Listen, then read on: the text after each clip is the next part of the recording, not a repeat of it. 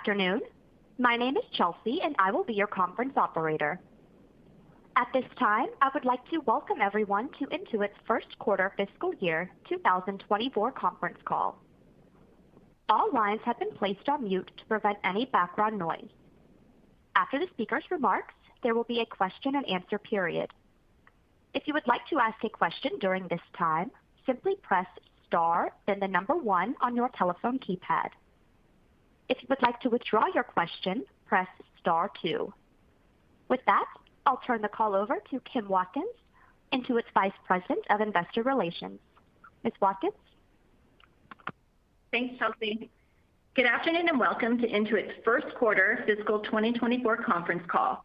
I'm here with Intuit's CEO, Sasan Goodarzi, and our CFO, Sandeep Ujjwala. Before we start, I'd like to remind everyone that our remarks will include forward-looking statements. There are a number of factors that could cause Intuit's results to differ materially from our expectations. You can learn more about these risks in the press release we issued earlier this afternoon, our Form 10-K for fiscal 2023, and our other SEC filings. All of those documents are available on the Investor Relations page of Intuit's website at intuit.com. We assume no obligation to update any forward-looking statement. Some of the numbers in these remarks are presented on a non-GAAP basis. We've reconciled the comparable GAAP and non-GAAP numbers in today's press release. Unless otherwise noted, all growth rates refer to the current period versus the comparable prior year period, and the business metrics and associated growth rates refer to worldwide business metrics. A copy of our prepared remarks and supplemental financial information will be available on our website after this call ends. And with that, I'll turn the call over to Sasan. Thanks, Kim, and thanks to all of you for joining us today. We had a very strong first quarter and have great momentum innovating on our platform across the company.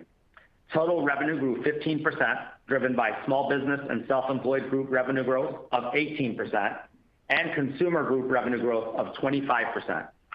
This was partially offset by a Credit Karma revenue decline of 5%, in line with our expectations for Q1, given the macroeconomic environment.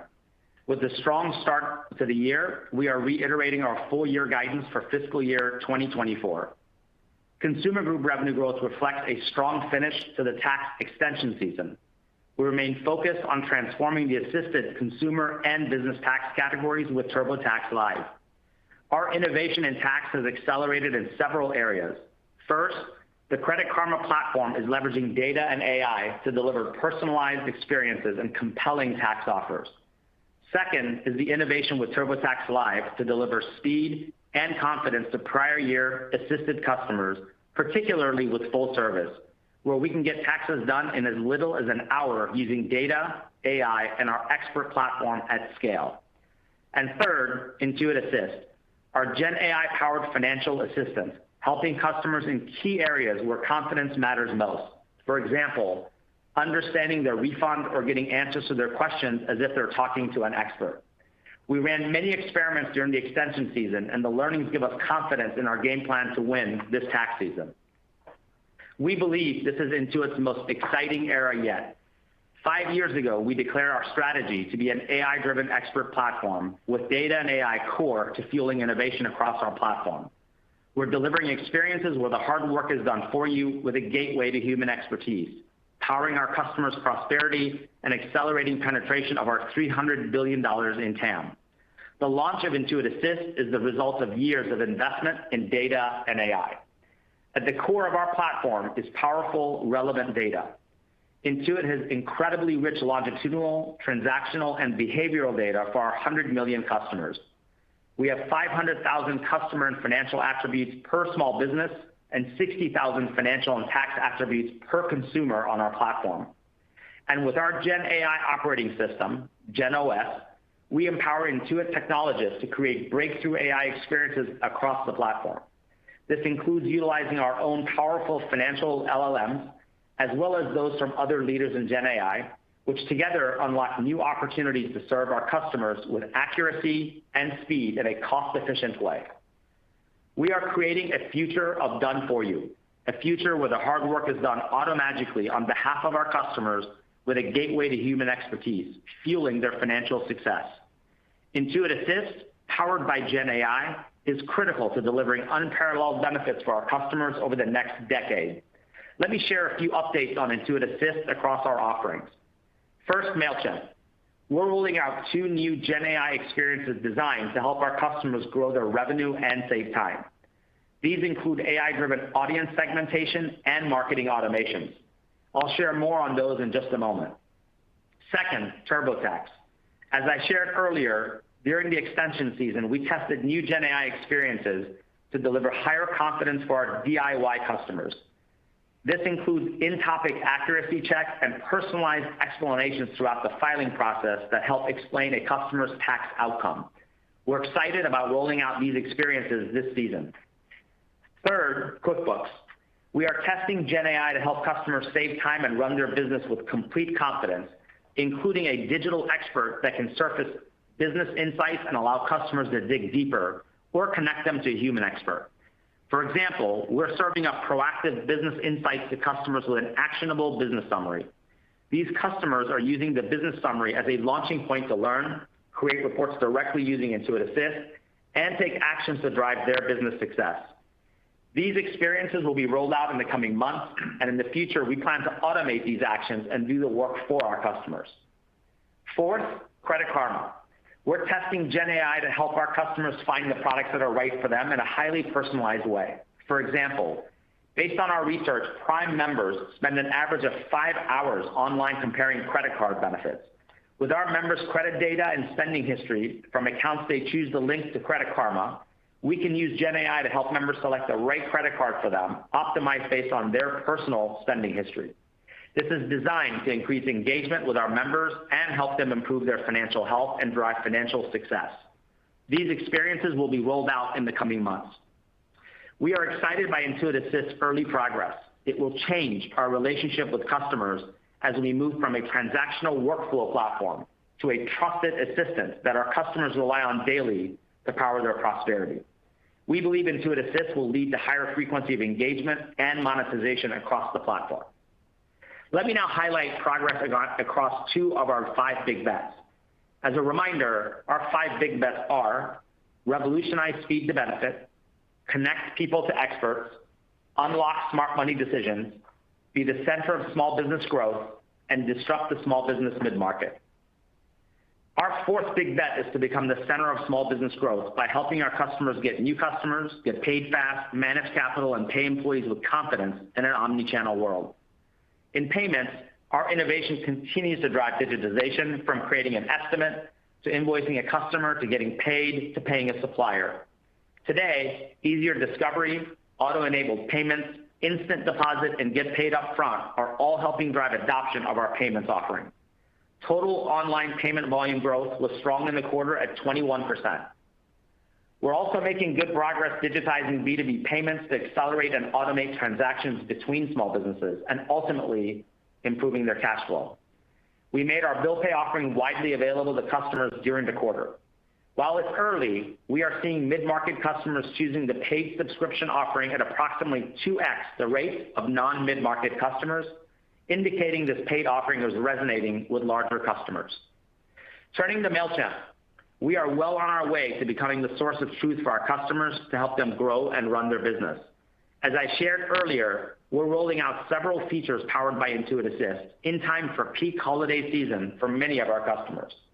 Let me highlight 2 of these impactful benefits designed to help our customers grow their revenue while saving time. First, AI-driven audience segmentation, which allows small businesses to target specific audiences. Many customers don't use audience segmentation today, despite the fact that it can drive up to 60% lift in average order revenue or average order value over 12 months. With Intuit Assist, a customer can use conversational language to more quickly build segments and use them as a part of a marketing campaign. Second, AI-powered marketing automations, which are automated workflows that help small businesses reach their customers in uniquely tailored ways. Today, many of our customers don't use marketing automations because they're time-consuming to set up, even though they can help them drive higher revenue. With Intuit Assist, MailChimp creates marketing automations which can easily be turned on, and email content can be generated and edited. Our 5th big bet is to disrupt the small business mid-market, representing a TAM of 1.7 million customers 800,000 of which are already in our franchise, but using a core QBO or desktop product. Online mid-market customer and revenue growth remains strong, and we are driving increased adoption of QuickBooks Advanced, Payments, and Payroll, resulting in ARPC expansion as we serve these mid-market customers with a full ecosystem of services. We are proud of our innovation and the impact that we're making on our customers' lives. We also continue to make an impact on the communities that we serve. This quarter, we launched Intuit for Education, a new financial literacy program to provide Gen Z and Gen Alpha students access to Intuit products and teach them personal and small business finance skills. We also announced the first set of winners of our Coalfield Solar Fund, providing grants to incentivize solar energy projects in coal mining communities to help build a sustainable future. Wrapping up, with our durable AI-driven expert platform strategy and focus on innovating with Gen AI across our platform, we are more excited than ever about the opportunity in front of us and our ability to power prosperity for our customers. We are also delighted to be one of the only 8 Fortune 500 companies named to Fortune's inaugural Top 50 AI Innovators list. With that, let me now hand it over to Sandeep. Thank you, Sasan. For the first quarter of fiscal 2024, we delivered very strong results that exceeded the high end of our guidance range across all key metrics, including revenue of $3 billion, up 15%, GAAP operating income of $307 million versus $76 million last year, non-GAAP operating income of $960 million versus $662 million last year, up 45%, GAAP diluted earnings per share of 85 cents versus 14 cents a year ago, and non-GAAP diluted earnings per share of $2.47 versus $1.66 last year, up 49%. I am pleased with our early momentum this fiscal year. Turning to the business segments, Small Business and Self-Employed Group revenue grew 18% during the quarter, driven by Online Ecosystem, which grew 20%. Our results demonstrate the power of a small business platform and the mission-critical nature of our offerings, which continue to resonate with customers as they look to grow their businesses and improve cash flow in any economic environment. With the goal of being the source of truth for small businesses, our strategic focus within the Small Business and Self-Employed Group is threefold: grow the core, connect the ecosystem, and expand globally. First, we continue to focus on growing the core. QuickBooks Online accounting revenue grew 19% in Q1, driven mainly by customer growth, higher effective prices, and mix shift. Second, we continue to focus on connecting the ecosystem. Online services revenue grew 20% in Q1, driven primarily by Payroll, MailChimp, Payments, Capital, and Time Tracking. Within Payroll, revenue growth in the quarter reflects an increase in customers adopting our payroll solutions and a mix shift towards higher-end offerings. In MailChimp, revenue growth was driven by higher effective prices and paying customer growth. And within Payments, revenue growth in the quarter reflects ongoing customer growth as more customers adopt our payments offerings to manage their cash flow, as well as an increase in total payment volume per customer.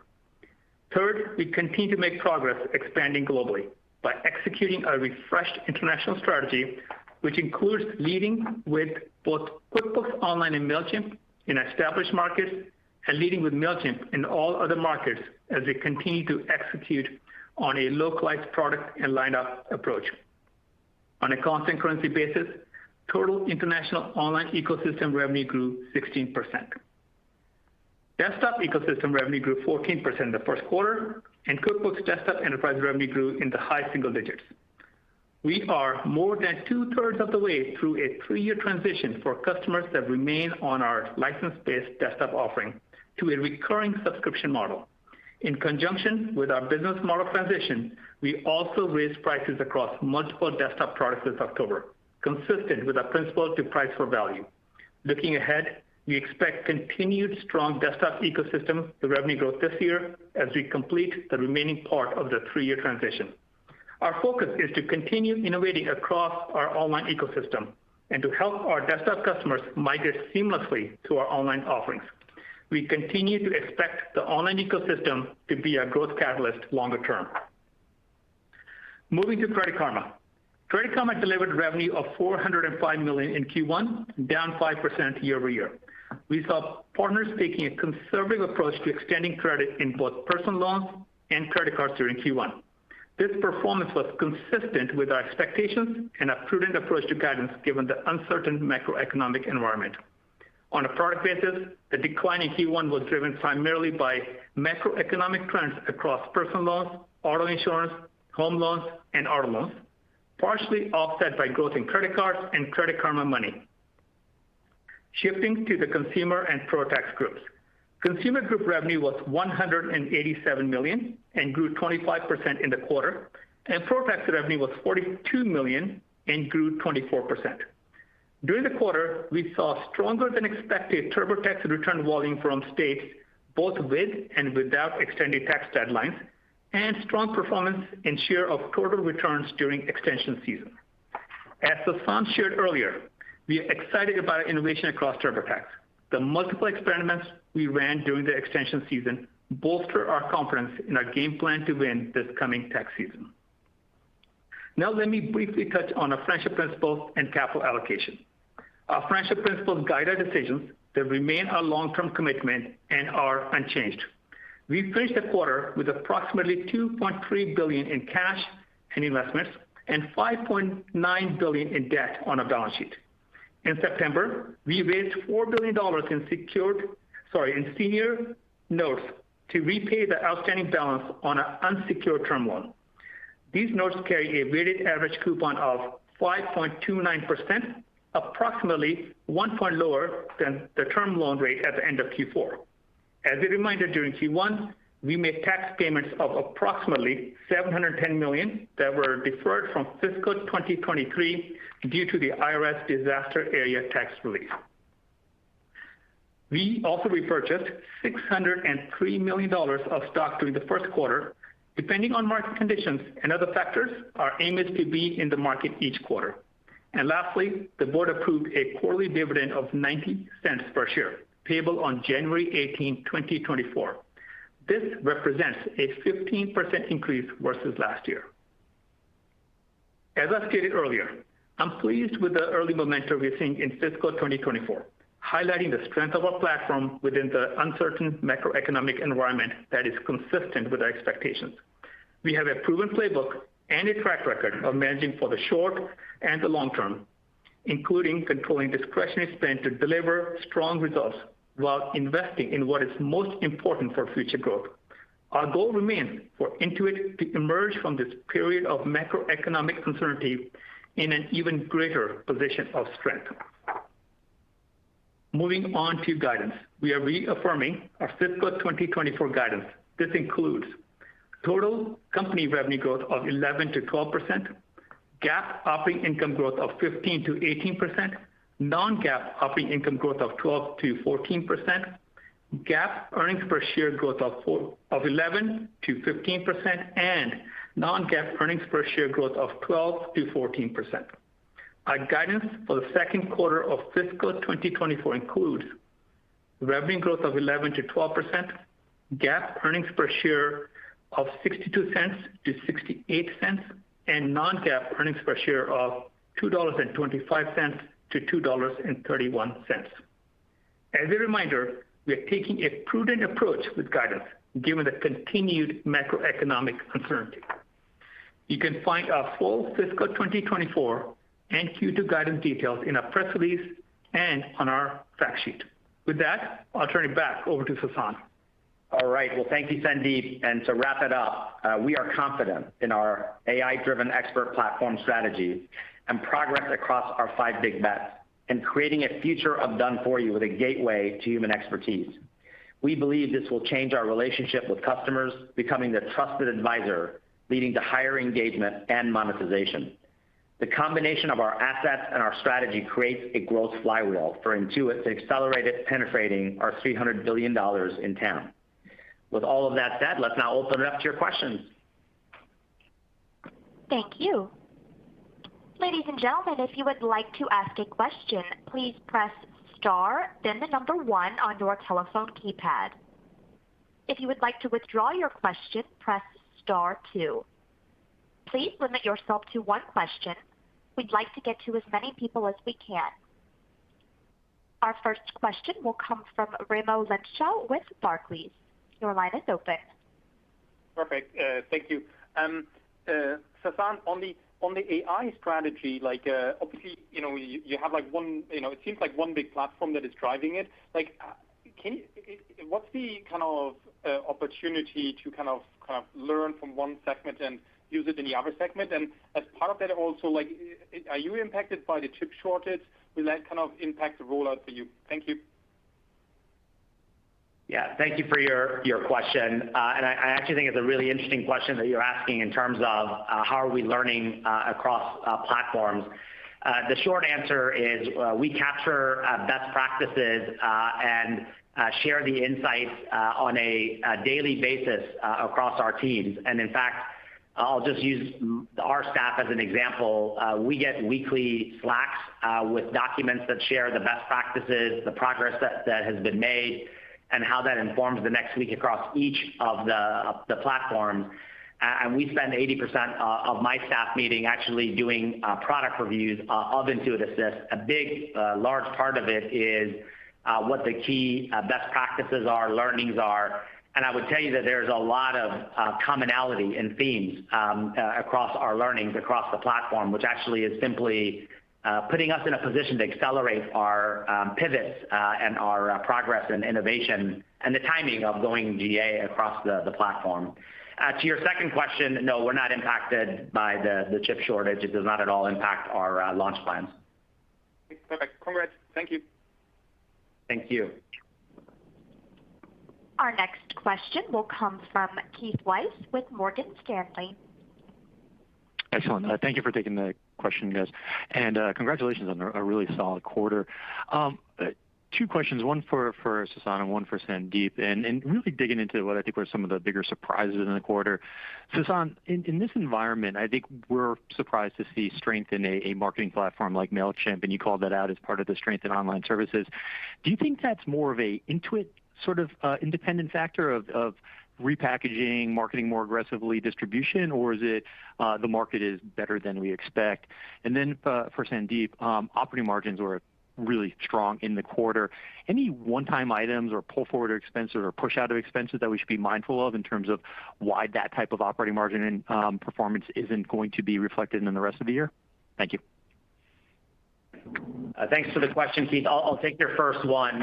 What you're seeing from us in MailChimp is entirely execution. We're not getting tailwinds from the macro environment. And as I mentioned, when we closed the acquisition a while back, that our biggest opportunity was to be clear about our product improvements, our lineup, and to be able to create one growth platform, develop strength internationally, and go to mid-market. And by the way, we've made a lot of progress in all of those areas. We still have a lot of work ahead of us, to be clear, but everything that you're seeing is based on our execution and no macro tailwinds.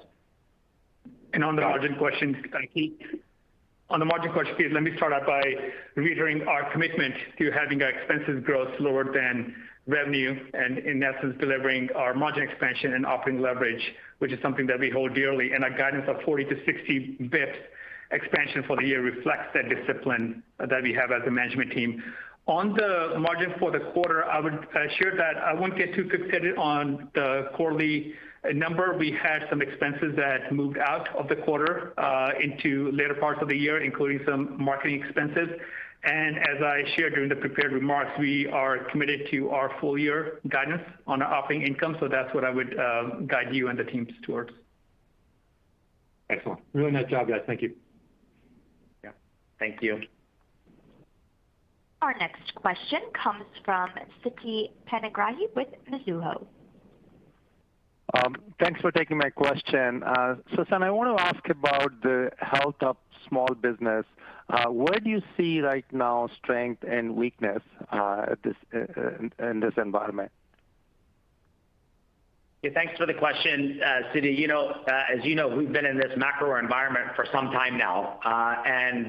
The small businesses that we serve are resilient for a couple of reasons. One, they're on our platform. And by digitizing what they do, which is how they grow customers and managing their cash flow. They're far more resilient, and as we've shared before, anybody that's on our platform is nearly 20 points higher in their success rate than those that are not on our platform. So we are part of sort of the health that we're experiencing on our platform. With that as context, I would just share a couple of data points. One, the number of companies and the number of employees that our small businesses are hiring still remains strong. Two, our total online payments volume grew 21%, which means that our small businesses are continue to be competitive and serving their consumers. I'll also remind us, by the way, I think a year ago or more, that growth was in the 30% plus, and so we have seen an impact, but just our overall platform is very resilient. And then the last thing I would say is that the cash reserves of our small businesses is 90% of where it was this time last year. However, it's 128% of where it was pre-pandemic. So their cash flow is stronger than several years ago, but 10% down from last year. And then very specifically, as you know, we serve service-based businesses, which is about 70% of the market. We're not concentrated in any one particular area, but you'll see things like auto repairs and that are doing well, professional services that are doing well, but just like pure construction, those that do lending not doing well. So there's sort of ups and downs across the small businesses that we see, but in aggregate, the health comes from the numbers that I shared with you. Thanks for that color, Sasan. Yeah, very welcome. Our next question will come from Alex Zukin with Wolfe Research. Hi, this is Alan Bacassion for Alex Zukin. Thank you for taking the question. QuickBooks Online accounting growth decelerated another 3 percentage points this quarter. With respect to your growth drivers, is there anything that got meaningfully worse in the quarter, or something that is worth emphasizing to investors that would be helpful for thinking about what growth could look like for the rest of the year? Yeah, that was really driven by a larger price increase last year versus this year. That was really the only driver. We liked what we saw in terms of our acquisitions, our retention. So that's really the variance. Okay. And as just a quick follow-up, would you be able to step through the monthly linearity that you saw in Credit Karma through the quarter and in November? Thanks. Sorry, can you ask your question again? Just on the Credit Karma, thinking about the linearity of the business through the quarter in November, I was wondering if you could just kind of talk through on a monthly basis what you saw in the underlying trends for Credit Karma. Yeah, well, I'll answer your question in two ways. One, as you heard in our prepared remarks, we saw and we anticipated further tightening by our partners. By the way, it happened exactly the same time last year. And so we expected that as our partners prepare for the end of the fiscal year and next year, there would be some further tightening, and that's really what we saw, and that was included in our expectations and in our guidance as we thought about the year. That's number one. Number two, not everything is linear because it depends on the number of days, like a month like November, based on in the U.S., based on Thanksgiving week, the number of days that people take off, that actually impacts, certain behaviors. And so there's no linearity, but the quarter just in total was in line with what we expected. Thank you. Yeah, very welcome. Our next question will come from Alex Markgraff with KeyBanc Capital Markets. Hey, thanks for taking my question. Maybe just be curious to understand, Sasan, as you've done some of the testing around Intuit Assist across product categories, has there been any sort of price testing involved in that as well? And how well received has that been, if so? Yeah, sure. Let me answer your question in two ways because I think it's a great question and it's connected. First of all, the biggest insight and learning that we have had is it's really important to have embedded benefits where the customer is doing the work versus sort of something on the side where the assistant is there to help the customer. So what I mean by that is while a customer is looking to build a marketing campaign right within the flow, we, in essence, help them with the audience they should segment, the audience they should target, and then we will build their marketing campaign for them, but with them in complete control. So that's it may sound really obvious, but it's a really important learning, which, by the way, translates to also what we learned in tax, which is within the flow, helping a customer understand their money outcome, helping them understand and doing accuracy checks for them, and if they've missed something, calling it out so they can address it right then and there. Those are examples that, by the way, is consistent across all of our platform workflows, where embedded matters a lot. The second is depth.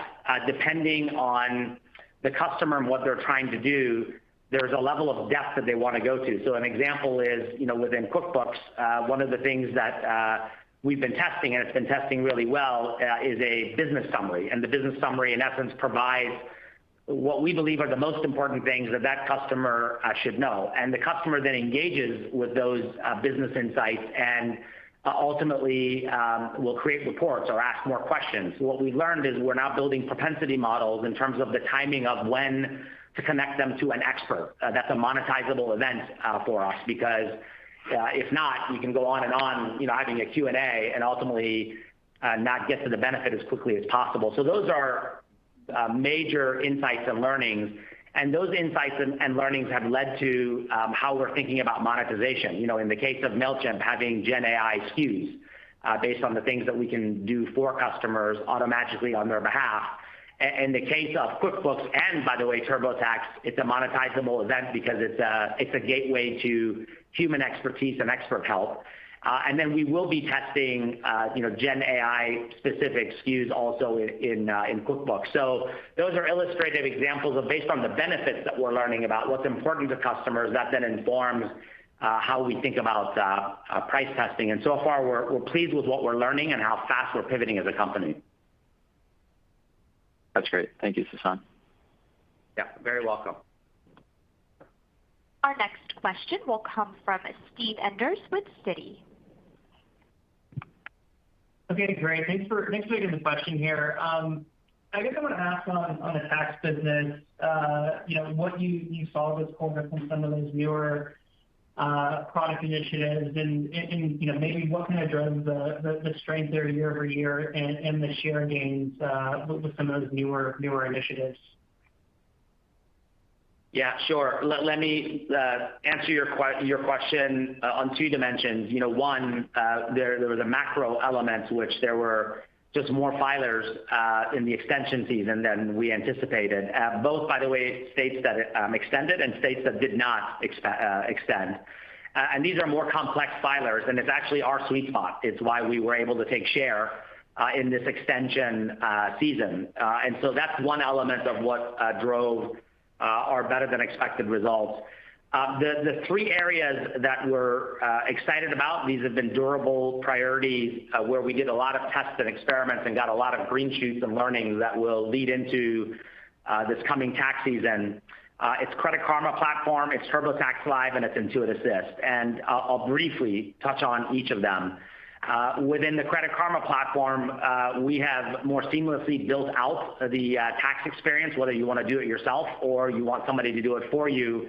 And we've developed very compelling SKUs within the Credit Karma platform, which, having the opportunity to serve 42 million monthly active users that engage 5 times a month with not only a great product but a great set of SKUs, we saw green shoots, and we're excited about that as we look ahead. The second is TurboTax Live. We expanded the scale of our data, AI, and expert network. What that means is, and I'll just point out, in two areas.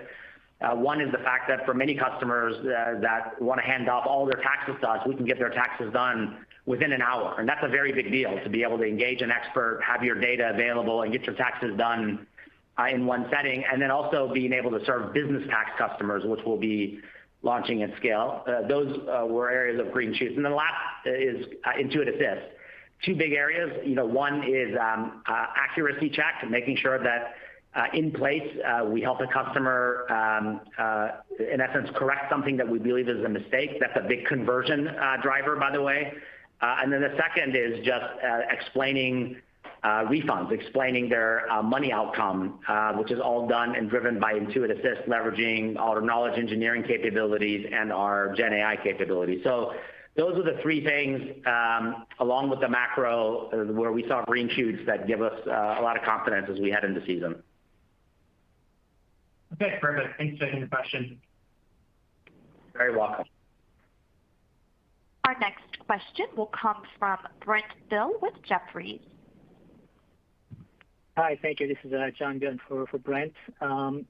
First question on MailChimp. Wondering if you could share some color on how it's doing in U.S. versus international.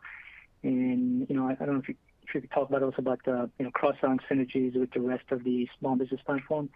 And second, any update on how the native bill pay is ramping? Thank you. Was your last question bill pay? Yes, on bill pay. Yeah, got it. Thanks for the question.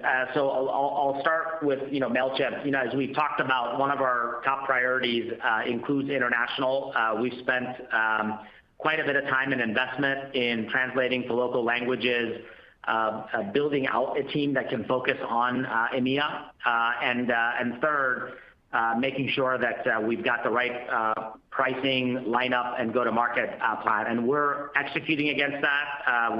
We like what we see, and it's contributing to the numbers that we reported. And I would say for us, it's the balance of focus between U.S. and international. We see an enormous opportunity in U.S. and in international, so we have the right balance focus as we think about the geographies. The second, in terms of cross-sell, as we shared at Investor Day, we are a big part of the thesis behind the acquisition was to create one growth platform. And what we shared at Investor Day was that we are building an AI native CRM within the QuickBooks platform. We're continuing to make progress in testing and learning and pivoting to get the product market fit. When we get the product market fit, that's really where the cross-sell takes place. We've not assumed or anticipated any contribution from that in our guidance this year, but it's a very important long-term strategic priority. It's the reason why we acquired the platform, is to ultimately have one growth platform where you can grow your customers and manage your cash flow all in one place. So that's on the MailChimp front. On bill pay, we're pleased with the fact that we're GA, and as I think noted earlier, what we're seeing with our mid-market customers is there mid-market versus non-mid-market customers. There's a 2x increase in those that are taking the subscription, the paid subscription. So that just means that we're adding value. We also have work ahead of us in bill pay, things around batch payments, faster funding, all the things that we know we have to have. It's on our roadmap and it will be launched in the future. So along with the fact that we're GA, we're clear on what the gaps are and it's on our roadmap. We're working feverishly to really be able to digitize B2B for our customers, because we believe it's a big opportunity for our customers to improve their cash flow and a big growth opportunity for us in the long term. So that's the progress on both fronts. Great. Thank you very much. Yeah, you're very welcome. Our next question comes from Brad Reback with Stifel. Great. Thanks very much. Sasan, as you think about the mid-market opportunity for the QuickBooks in the online ecosystem, given the value prop, is it easier to take share during difficult economic times because of that value prop, or are customers just hesitant to move and wait for the economy to get better before they'll make a back office switch? Thanks. Yeah, great question. I'll share two different perspectives in terms of what we're seeing. The first one is it really doesn't matter what the economic environment is. If it's great, they don't behave differently. If it's challenging like it is now, they don't behave differently. We certainly don't see any of our customers wanting not to switch because the economy is not good, which leads to the second point I wanted to make. So the headline on the first question is it's not a tailwind or a headwind, whether it's good times or bad times. However, what I would say is we see some green shoots. It's early when we do bundling for our customers. When we go to our customers and share with them that they can digitize all of their payments, all of their payroll, and the benefits that it will have for our customers from a cash flow perspective. We see that having traction with our customers. And as we've continued to build out our sales team, we're doing, I think, a far better job of account management. And, this is an area where if you look back 5 years ago, we didn't have the kind of value-added account management teams that we're building now where we're engaging our customers. They're hearing from us, right? We've been entirely a self-serve platform. And now that we're engaging our customers, a lot of them are starting to realize, oh, wow, you have payments. Oh, I didn't realize you have payroll. I didn't realize you have time tracking. I didn't realize you own MailChimp. And that is an opportunity for us to drive an increased penetration in wallet share. So I share that just to say that's where we're getting traction, that's where we're seeing progress, and that's where we see an opportunity as we look ahead. Great. Brad, what I would add is beyond just the QuickBooks side, we also are seeing strong progress on the MailChimp side in terms of mid-market, where historically, before we acquired the company, was not a focus. And now with some of the stuff Sasan mentioned, including account management, better onboarding, we're seeing better customer acquisition on the mid-market, as well as better retention year over year in the mid-market. So that opportunity extends beyond just the QuickBooks for us and across the entire platform, including MailChimp. Excellent. Thank you. You're very welcome.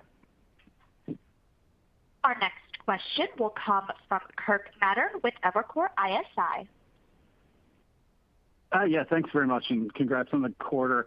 Sasan, I was wondering if you could just talk about I realize you have a vast and sort of wide open TAM in your markets on the small business side. But I was kind of curious if you're seeing any evidence that small businesses are looking to consolidate multiple technologies onto one platform. You all obviously offer a lot, both on the front office as well on the back office. Are you starting to see any of that sort of activity happening now that you're sort of integrating MailChimp with QuickBooks? I realize it's early days and you'll need that to happen to be successful, but I was just wondering if you're seeing any evidence of that yet. Thanks. Yeah, Kirk, the short answer is it's early, but we're seeing green shoots, and it's primarily because of what I shared just a moment ago. As we're building out our account management team across, MailChimp and QuickBooks platform, as we're talking to our customers, and in fact, I personally spoke to 3 of them in the last month that are very large mid-market customers, 2 of them in LA and 1 of them in Miami. And it actually starts with they didn't even know we have payments, payroll. They didn't even know we're the same company that owns MailChimp, as an example. Some of them use MailChimp, but don't use QuickBooks. Some of them use our payroll, but don't use our payments. And so the thing that we're inspired by and where we believe there's a big opportunity is the fact that we actually have a huge differentiation, which is around data, AI, a network of experts, and an ecosystem of applications. And the applications are all the things that a small business would want. And our account management team is really discovering for us the fact that our customers just don't know. And so therefore, we engage them, build relationships, and talk about the benefits of all of our applications, and then what could be done based on all of the capabilities that we have around AI and how that could fuel their success. That's what's really opening up doors for us, is just the unknown. And that's what we're excited about as we continue to accelerate building out our accounts management team. So I think the long answer to your short question is yes, customers would prefer to be on one platform.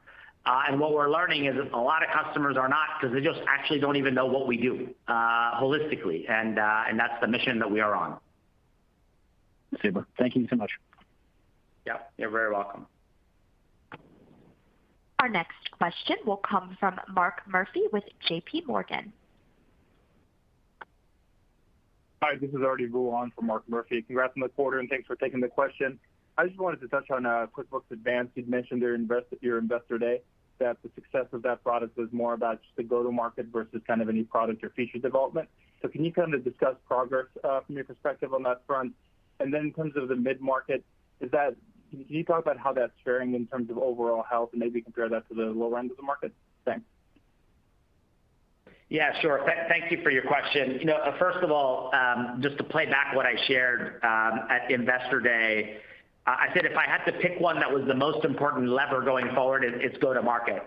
We are continuing feverishly to build out the product capabilities that we need on the platform because we don't plan to stop at 100 employees. Our plan is to serve mid-market customers over time that are far larger than 100.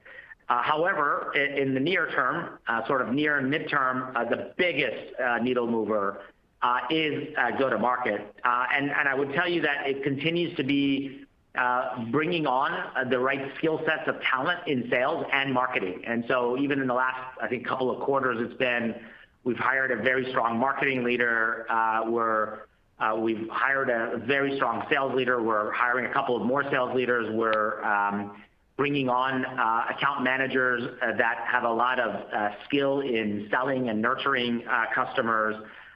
Because when we think about mid-market, it's really about a lot of the examples I was using earlier, which is really helping customers understand they can run their business in one place on one platform and the benefits of doing so and what it will mean to their cash flow, and particularly helping them understand our roadmap as a company and what we are doing with Intuit Assist, which is really creating a future of done for you with always having a gateway to human expertise. And that's enticing for mid-market customers. So net, that's the way I would describe our focus area, but would want your walkaway to be we're continuing to invest in the product and in the platform because that's a big opportunity in the long term as well. And, in terms of health, I think it comes down to the sector. If you just use the U.S. as an example, it comes down to the state, the sector that you're in. Generally speaking, based on our history looking backwards, larger, more tenured customers can withstand more of economic turmoil versus someone that literally just started out their business and they only have $100,000 in their savings, and if that $100,000 is spent, then they're done, right? They go bankrupt. So it really depends on the size of the business, how long that they've been in business, and then the segment that their business is in. All those variables play in.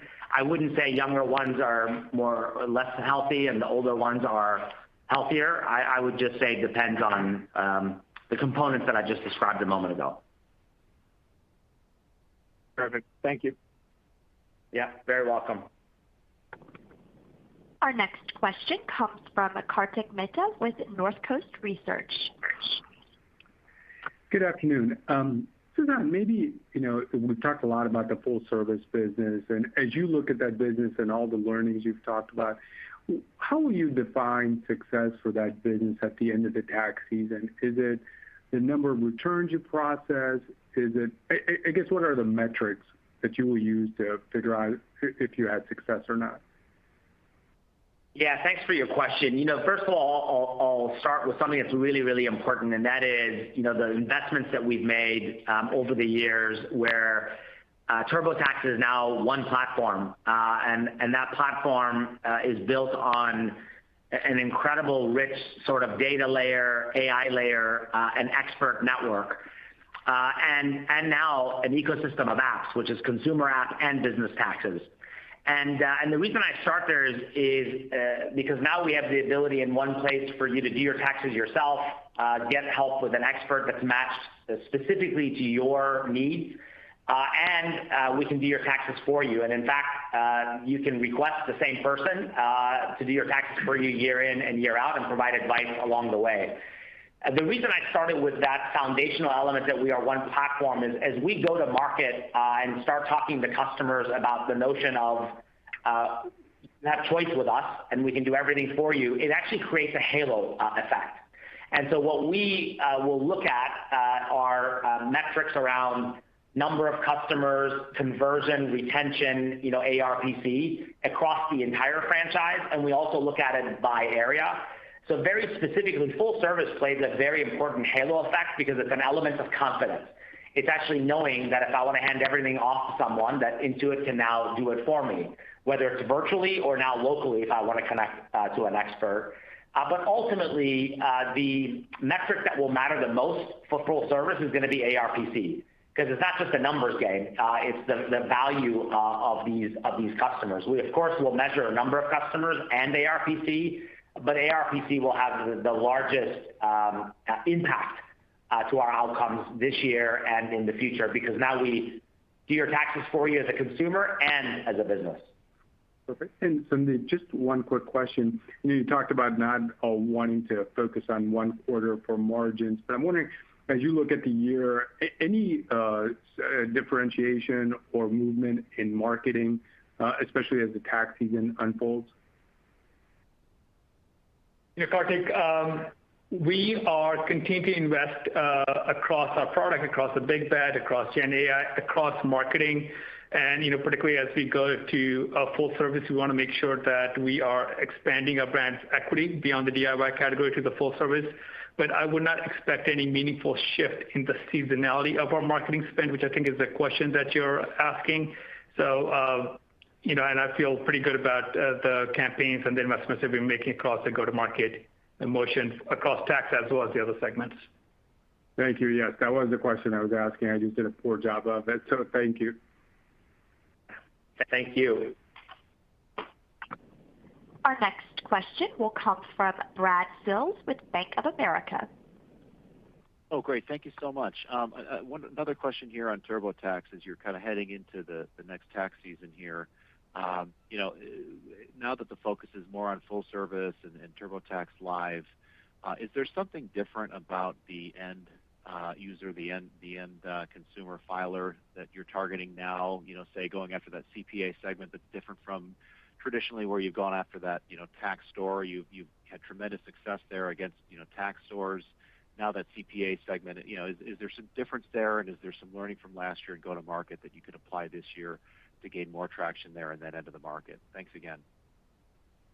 Yeah, Brad, thank you for your question. And it's actually, spot on the way you asked it. And that is, we view our opportunity as, nearly 100 million customers that are either consumers, which is about 88 million of the 100, and the rest are business customers, small businesses.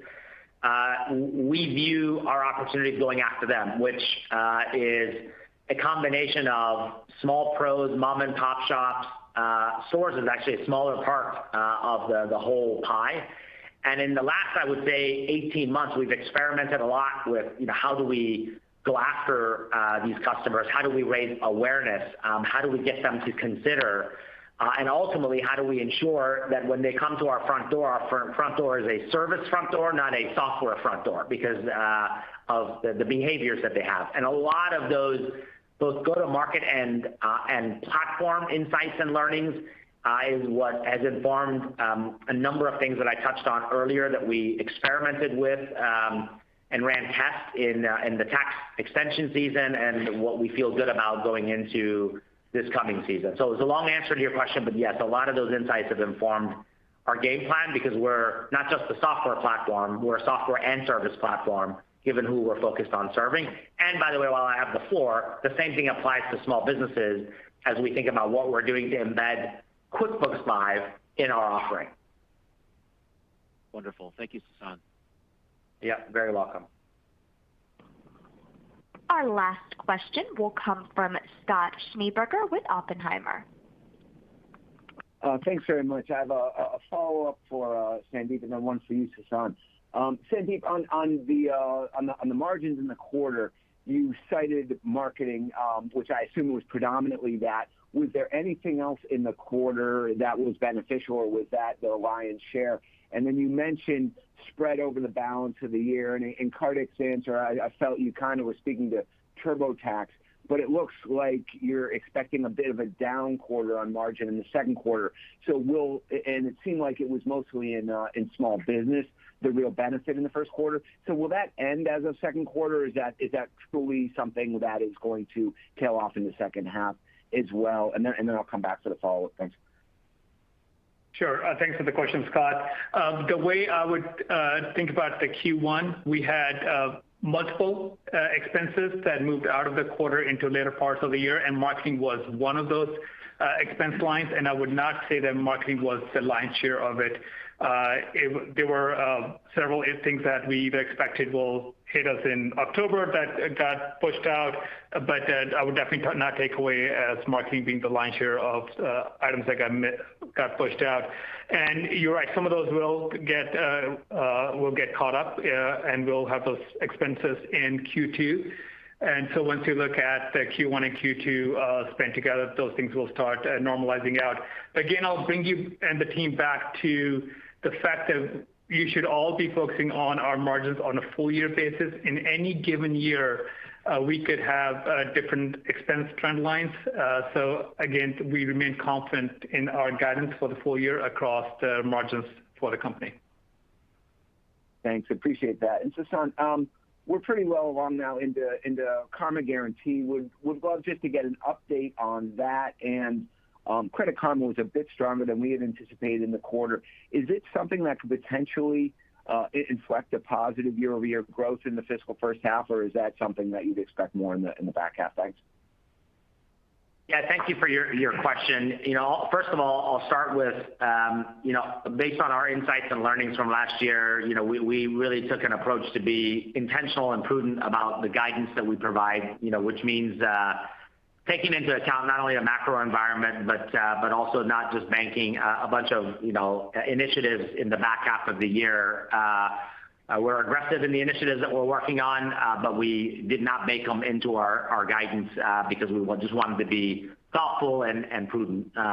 With that, as context, I love your question about Karma Guarantee because we haven't explicitly been talking about it, and it's not because it's not important anymore.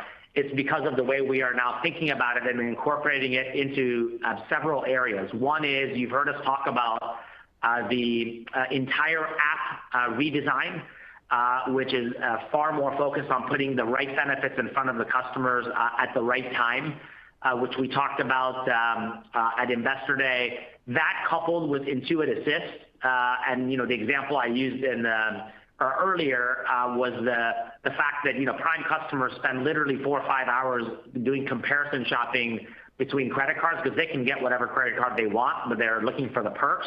Now we can automatically do that for them based on all of the data and everything that we know about them. So you combine the app redesign with Intuit Assist and our focus on Prime customers.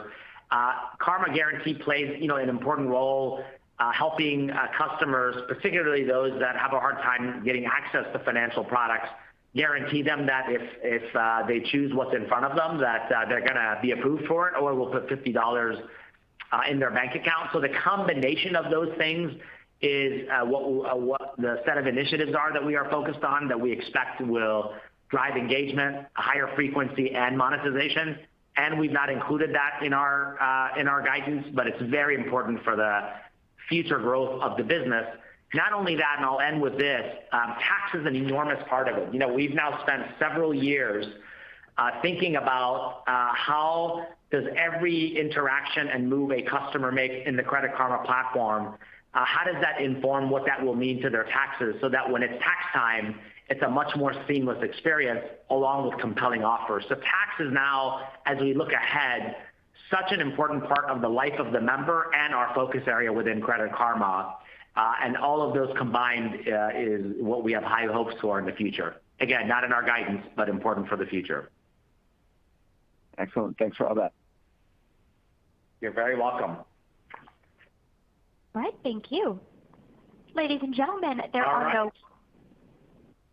Go ahead, sir. Oh, sorry, I didn't mean to interrupt you. Go ahead. There just are no further questions, so you may proceed with any additional or closing remarks. Sorry to have interrupted you. I was just going to say thank you for all the questions, and we look forward to hearing from everyone next quarter. Until then, be safe. Bye, everybody. Ladies and gentlemen, thank you for participating. This does conclude today's conference call, and you may disconnect.